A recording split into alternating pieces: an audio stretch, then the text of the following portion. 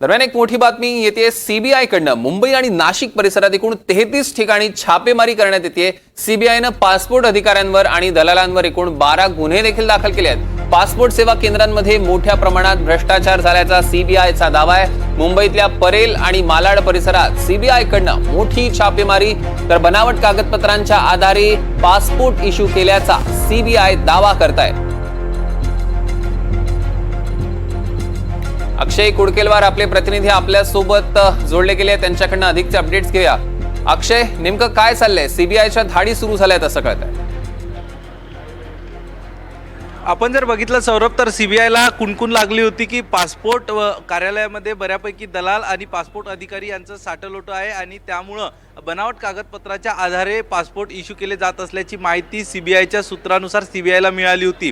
आणि यानंतर सीबीआयने एक मोठं ऑपरेशन राबवलं आणि या ऑपरेशन अंतर्गत 33 ठिकाणी मुंबई, पुणे, नाशिक शहरांमध्ये 33 ठिकाणी छापेमारी केली। या छापेमारीमध्ये जे दोषी आढळून आले अशा 12 अधिकाऱ्यांवरती कारवाई करण्यात आली, त्यांच्यावरती गुन्हे दाखल करण्यात आले। आपण बघतोय देशात अनेक ठिकाणी अनेक नागरिकांना पासपोर्टची घाई असते आणि यासाठी बनावट कागदपत्राच्या आधारावर दलालांच्या माध्यमातून हे पासपोर्ट इश्यू केले जातात। आणि यामध्ये एक महत्त्वाची बाब सीबीआयच्या निदर्शनास आली, ती म्हणजे दलालांच्या खात्यातनं थेट पासपोर्ट अधिकाऱ्यांच्या खात्यात आर्थिक व्यवहार झाल्याची तपासात सीबीआयच्या तपासात उघड झाला आणि त्यामुळे सीबीआयने ही कारवाई केली असल्याचं म्हटलं जातंय। आतापर्यंतचा हा आकडा 12 सीबीआय अधिकाऱ्यांवर गुन्हे दाखल झाल्याचा आहे। मात्र सीबीआयचं हे धाड सत्र असं सुरू असणार आहे। ज्यावेळी सीबीआयच्या माध्यमातून तपास केला जाईल त्यामध्ये आणखी काही धक्कादायक आणि महत्त्वाचे खुलासे केले जाईल। खरं तर देशाच्या दृष्टीने पासपोर्ट हा एक अत्यंत महत्त्वाचा दस्तऐवज मानला जातो आणि याचा उपयोग देशातील तसेच विदेशातील देशात प्रवासासाठी आणि विदेशात प्रवासासाठी केला जातो।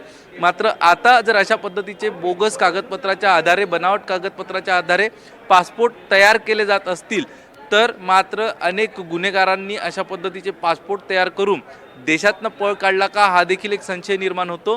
आणि आपण बघतोय अनेक गुन्हेगारांकडे त्यांच्यावरती गुन्हे असून देखील पासपोर्ट असतात, त्यामुळं अशा गुन्हेगारी टोळ्यांना पासपोर्ट दलालांनी काढून दिला का याचा देखील तपास आता सीबीआय करणार आहे। निश्चितच अक्षय, या संदर्भातले अधिकचे अपडेट्स आम्ही तुमच्याकडून घेणार आहोतच। तुर्तास धन्यवाद।